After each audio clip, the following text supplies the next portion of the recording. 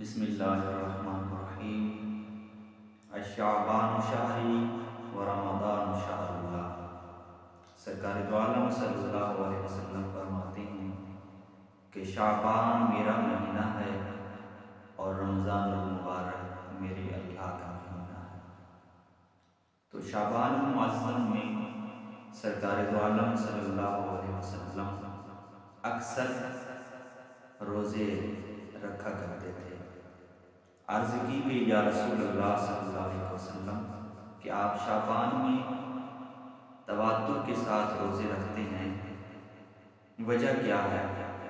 جب سوال کیا گیا تو حضور علیہ السلام نے فرمایا کسی شعبان المعظم میں بندے کے نامہ اعمال خدا کے دربار میں پیش کیے جاتے ہیں، تو میں محمد مصطفیٰ چاہتا ہوں کہ جب میرے اعمال خدا کے دربار میں پیش ہوں تو میں محمد مصطفیٰ روزے کی حالت میں ہوں۔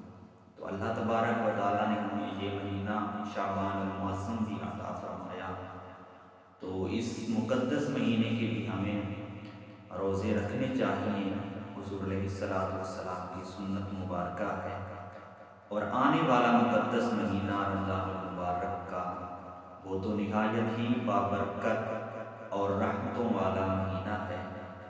تو آج ہم اپنے پیارے رب سے عرض کرتے ہیں کہ یا رب العالمین، آنے والے مقدس مہینے میں نہ تو ہماری نمازیں قضا ہوں گی اور نہ ہم یہ آپ کا پیارا فرض یعنی روزہ کو نہیں چھوڑیں گے۔